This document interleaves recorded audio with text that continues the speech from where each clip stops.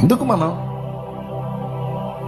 గాడిద ఎచ్చులు పడ్డట్టు ఉంటుంది. మనం ఎగస్టాల్ చేస్తే గాడిద ఎచ్చులు పడ్డట్టు ఉంటుంది.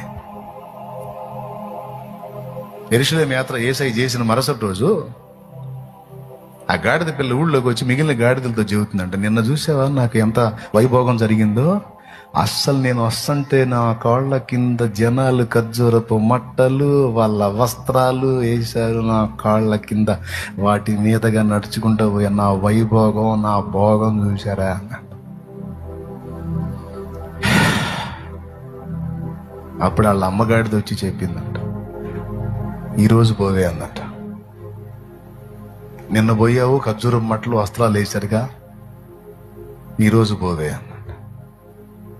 ఎందుకు పోను మమ్మీ, ఈ రోజు పోయినా జనం అంతే చూస్తారు, సరే పోయి రావే. పోయింది. ఒక కథే అనుకోండి, ఎగ్జాంపుల్. పోతే దాన్ని ఎవడని పట్టించుకుంటాడా? పోయి మనుషుల ముందు నిలబడింది, తలా ఒక తన్ను దాన్ని పంపించారు. మనుషులు పోయి అడ్డం అడ్డం నిలబడుతుంది. ఏమని? వస్త్రాలు వేయండి, ఖర్జూరపు మట్టలు వేయండి, నిన్న అంతసేటు అడావుడు చేశారు కదా, నా కాళ్ళ కింద ఏమి నొప్పి లేకుండా చేశారు, నీరాజనాలు పట్టారు, బ్రహ్మరథం పట్టారు, ఏంది ఎవడు పట్టించుకోరేందని మనుషుల ముందు నిలబడితే ఎగిరెగిరి తన్ని పంపిస్తున్నారు.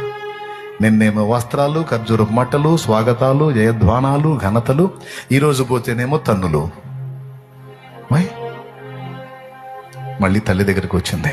మిగిలిన గాడిదలన్నీ తల్లితో పాటు ఉన్నాయి. దీనంగా వచ్చి తల దించుకుంది. ఏమా, ఖర్జూరపు మట్టలు, వస్త్రాలు, నీరాజనాలు, సన్మానాలు బాగా జరిగినాయా? మౌనం అయిపోయింది. ఏంటే బాధపడుతున్నావా? కాదు మమ్మీ, నిన్నేమంత హడావుడి చేశారు, ఈరోజు కొట్టారేంది మమ్మీ, ఈరోజు అసహించుకున్నారే, నెట్టేశారేంది మమ్మీ అంటే, నిన్నటికి ఈ రోజుకి ఒక్కటే తేడా. నిన్న నువ్వే, ఈరోజు నువ్వే. కాకపోతే నిన్న ఆయన ఉన్నాడు నీ మీద, నిన్న ఆయన ఉన్నాడే నీ మీద, ఈరోజు నువ్వు ఉన్నావు, ఆయన లేడు. ఇప్పుడు చెప్పు, ఘనత ఎవరిది? నీ గొప్ప ధన్యత ఏంటి తెలుసా? ఆ ఒక్క పూట ఎక్కిందే నీ ధన్యత. ఇంకో ధన్యత ఏంటి తెలుసా? బంధింపబడింది నిన్ను విడిపించాడు చూడు, అదే నీ ధన్యత.